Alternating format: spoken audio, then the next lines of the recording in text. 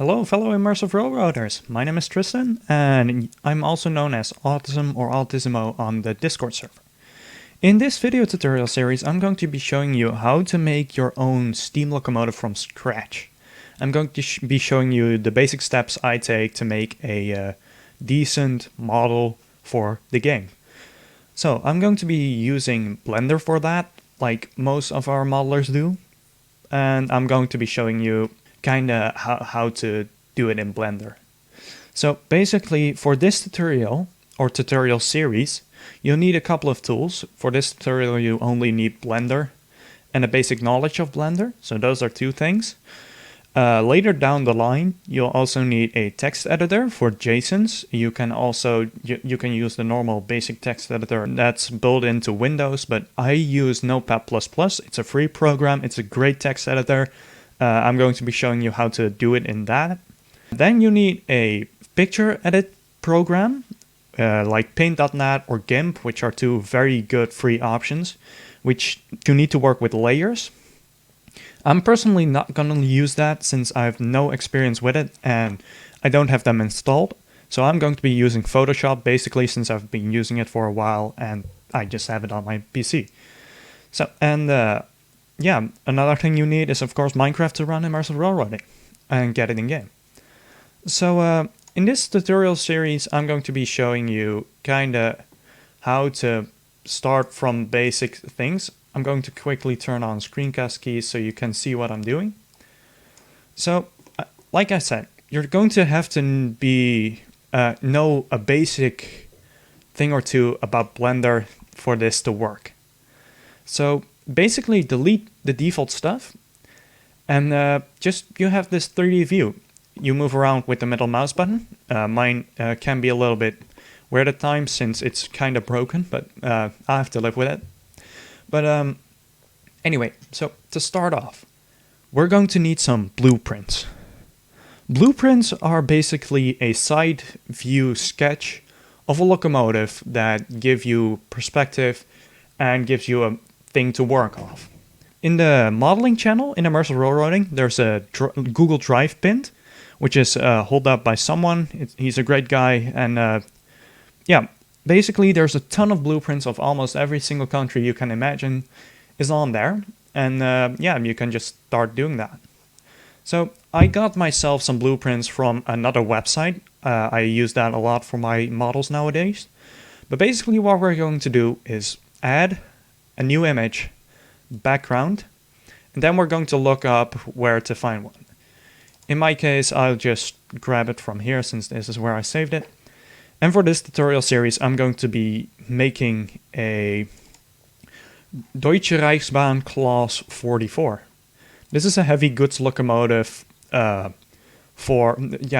by the Deutsche Reichsbahn in 20th century. Sorry. So basically what we're going to do in this menu right here, just making it a little wider. In this menu right here, go to the context and click Use Alpha.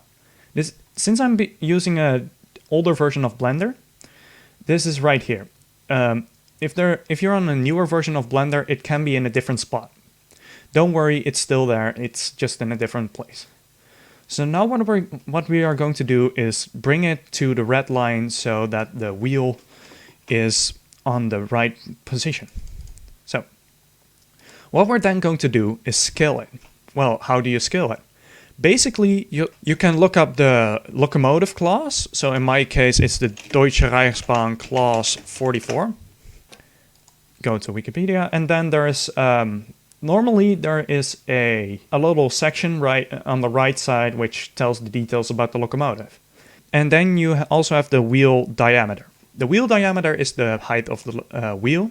So we're just going to grab a cylinder. And then right here, down here, once you've placed down the cylinder, just go with Z, you can go switch between solid and wireframe. In this case, we're going to do wireframe. Make it turn at 90 degrees and then put it up right on the center point right here.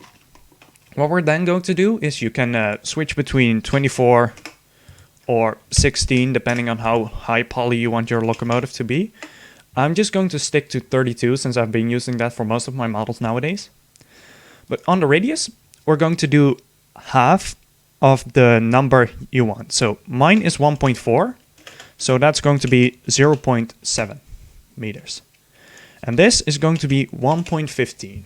I always use 0.15 basically because I've been using to work with that, and it seems like a good length. So then we're going to bring this to the center again, to the right height, and then yeah, we have our little cylinder right here. In this tutorial, I'm going to show you how to make wheels out of this single cylinder. So basically what we're going to do then is select the image again, go down here, and enlarge it so it fits about on the cylinder.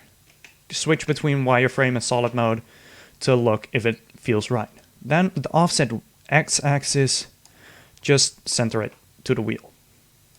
One thing you gotta keep in mind though is that if there's no center wheel, just do it on the left one, the most center wheel. Okay, so basically what this means is the locomotive in Immersive Railroading turns around this center point. So it will turn around on this wheel. If you put it right here, the locomotive this part will spin first to the side, which will look really weird if you don't put it on the wheel right here.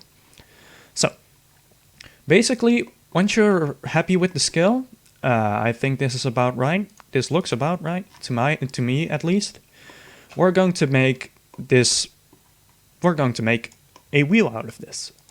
It's actually pretty simple. This is may not be the most optimal way to do it. None of this tutorial actually is, but this is the way I learned it, and this is the way I'm going to teach it to you. So basically, what we're going to do is tap the tab button.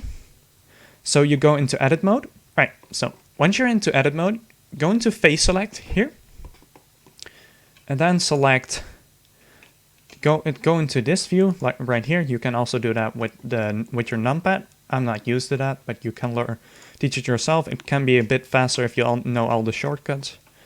But basically, go into wireframe and select the middle faces. So these two. You can also do this and then shift click the other one.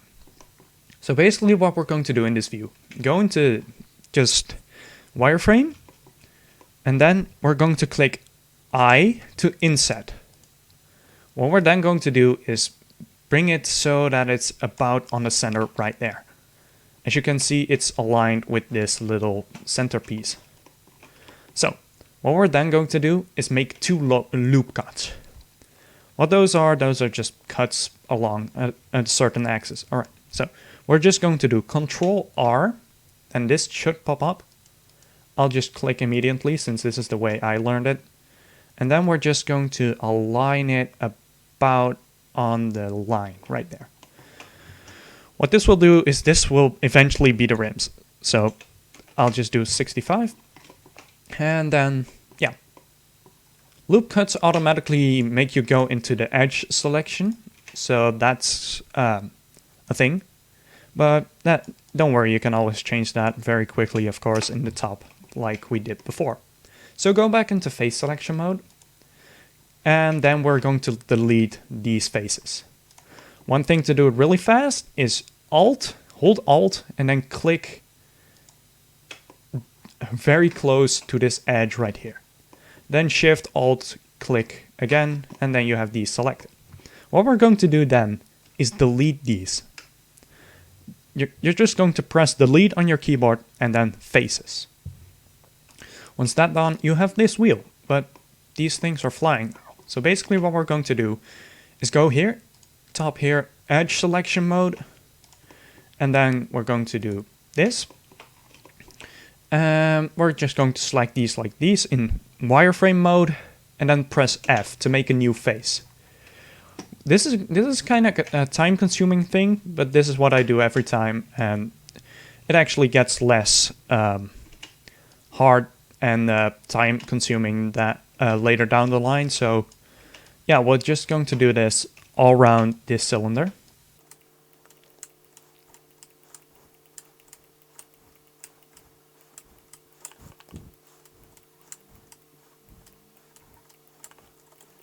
Alright, and we're going to do the same on the outside rims as well.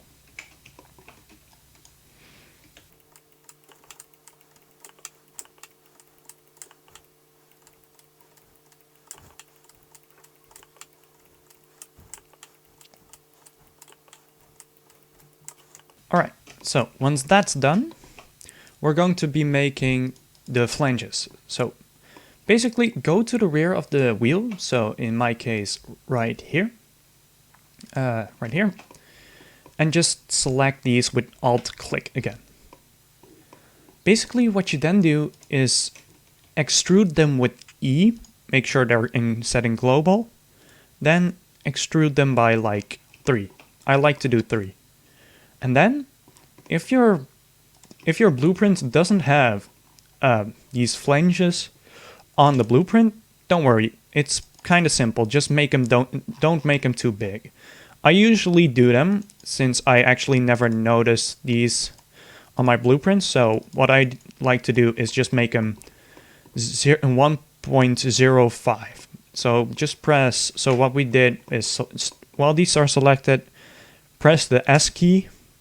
Then 1, 2, 3, 4, 5, 1, 2, 3, 4, 5 along the X and Z axis. So now this is a style I really like, and this is how I do it most of the time. But if you don't want these pizza cutters, like really sharp points, you can also do another extrusion of 1, like so. So they're less pointy. But for the sake of this video, I'm just going to keep it like that, like I normally do. Alright, so now we're going to move on to spokes.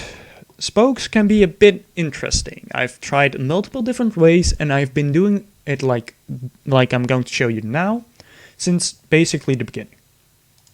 So basically we're going to add a cube, make that 14 wide, 0.14, like remember when I said it's going to be 15 wide, make it 1 less so it fits like exactly in there and it doesn't overlap so you don't get Z fighting. And bring it up a bit, like so. Just bring it a bit inside. So what we're then going to do is go into edit mode, select the top face. I usually do this, just select it like that.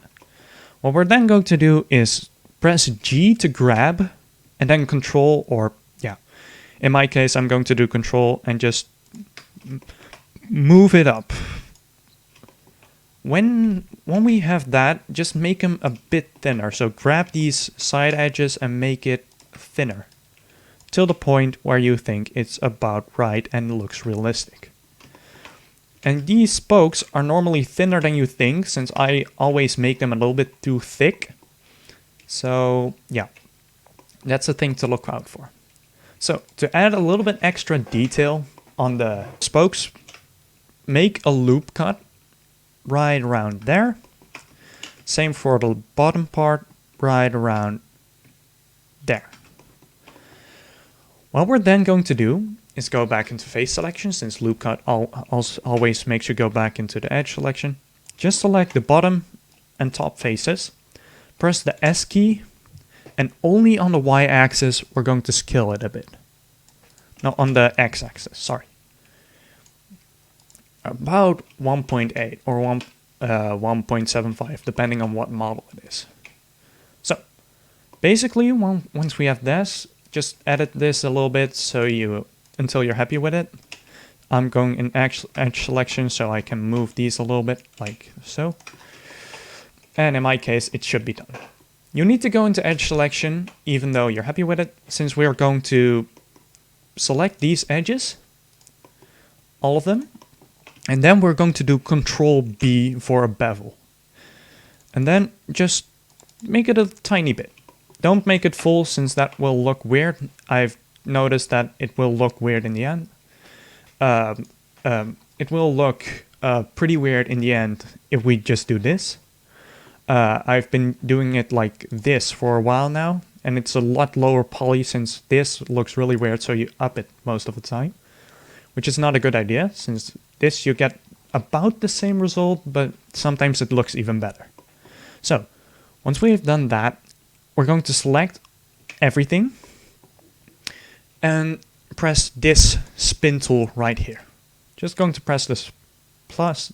Don't worry, it's going to look weird now, but it's going to change soon. So basically, I'm going to press a 1 on the x-axis, no, on the y-axis, sorry, and then a 0 right here. So you get it like this. Then we're going to move it to the center of the wheel, so like this, and then we're going to determine how many spokes the wheel has. In my case, this wheel has 17 spokes. So we're going to do one less, always one less, 16. But then we have 16. So basically what we're going to do then is prevent from clipping, we're going to do this. 360 minus 360 divided by the amount of spokes. The total amount of spokes. So then you get this. It's a very specific number. Don't worry about that. This is not the right choice. So you get it exactly the right way. So once we've done that, go back into the selection mode and we've got our spokes. Nice. All right. So next up, what are we going to do now? We're going to select this wheel again and we're going to add another cylinder like so. This one is going to be a lot smaller than the complete wheel, since this is going to be the little extra part right here. This is the way I do it. A lot of people might disagree with me about doing this, but this is the way I learned it, and this is how I'm going to do it till the end of time, since I'm stubborn, but that's not the point.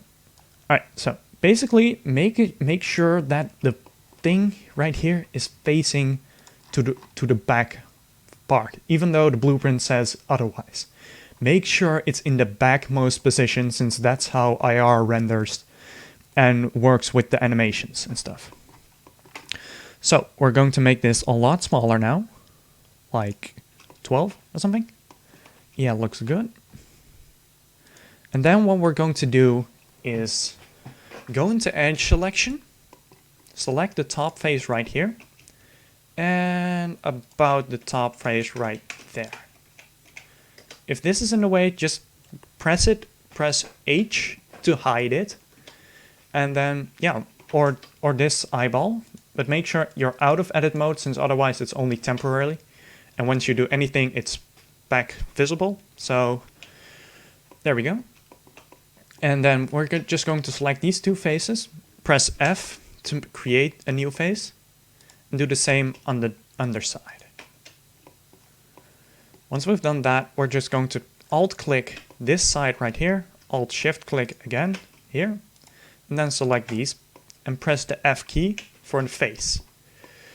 This may look a little bit weird, but we're going to edit this a little bit in just a little bit. So do it on the other side as well. Then you have this. It looks kind of weird, but we're going to fix that.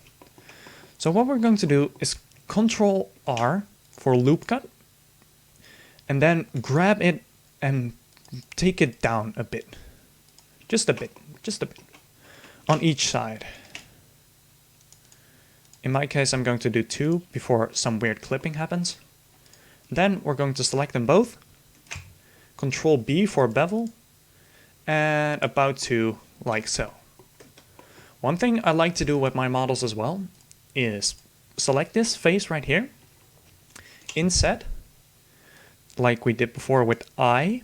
Just do it a little bit, just a tiny bit, like so. Extrude it outwards on the y-axis, like 3. Sometimes I like to do 4. And then we're just going to do Control B with 2 to actually make it round.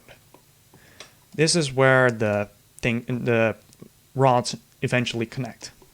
So basically what we're going to do then is unhide this if you had it hidden. Shift, click the other one, so you have the outer wheel selected. Control J to join the object, so it's one object. So once you've done that, you have a wheel. But in the case of German locomotives, they also usually have counterweights.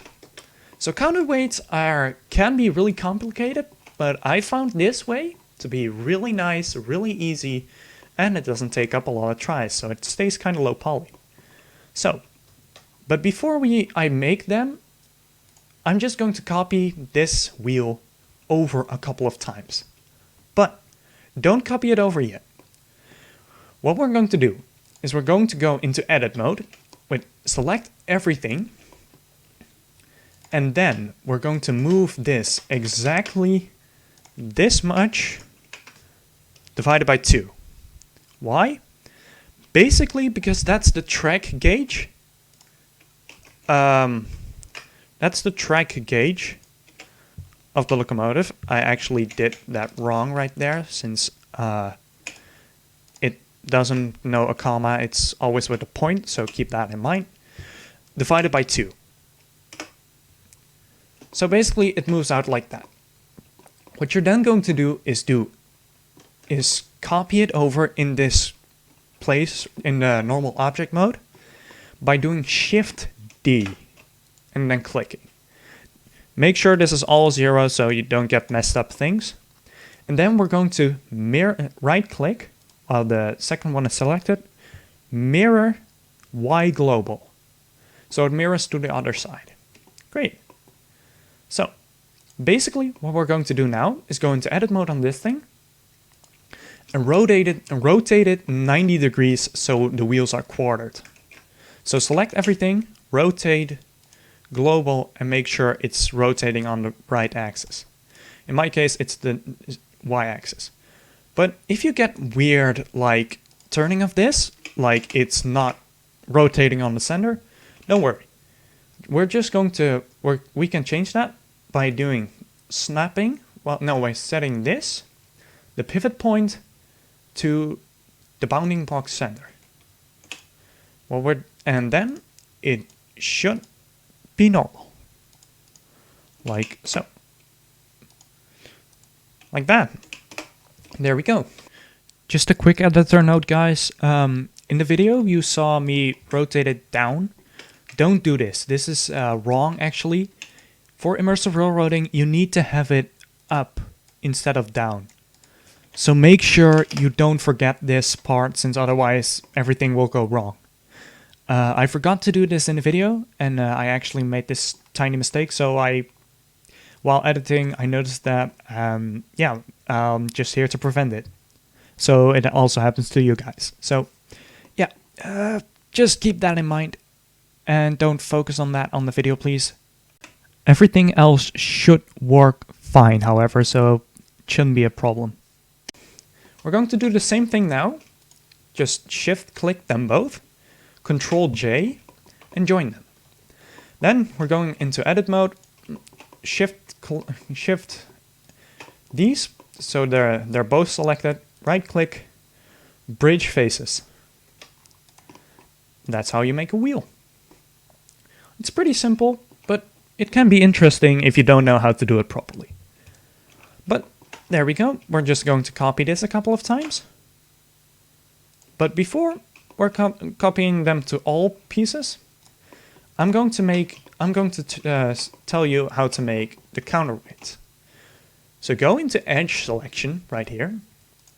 And what I like to do is normally four edges on the smaller counterweights, 6 on the bigger ones. So 1, 2, 3, 4. No, wait, 6 on the smaller, 8 on the bigger ones. So do that, press F for a face. Do that on the other side as well.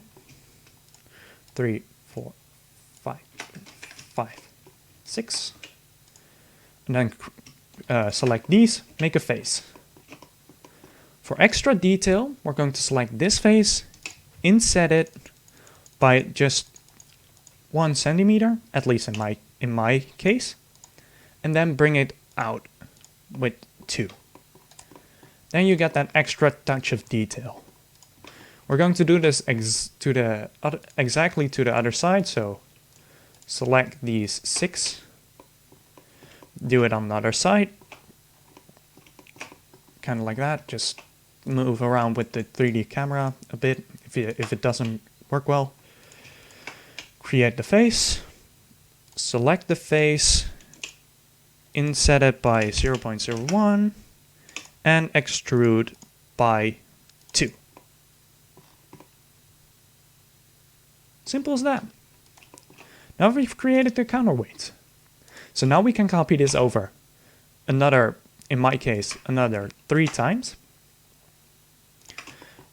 And that should be it. So, at least this middle one has the bigger flanges, the bigger counterweight, so we're just going to do that.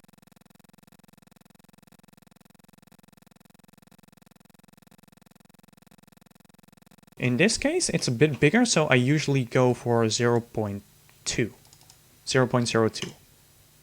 So, then extrude with 2, and do it to the other side as well.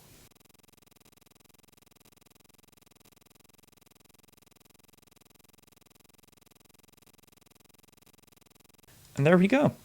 We've created driving wheels. Yeah, simple as that. And next up, you have smaller wheels. Smaller wheels are basically made in the same way. So you'll just place a cylinder, make it go to the right place. So like that. Make sure to look this up at the Wikipedia's website as well. In my case, the leading wheels are 850 millimeters, so we're just going to do 0.85 divided by 2. And that's how big they are. And then just do the same thing right here, divided by 2. And then just go into wireframe and position it correctly, like that. And then we're going to do the same steps.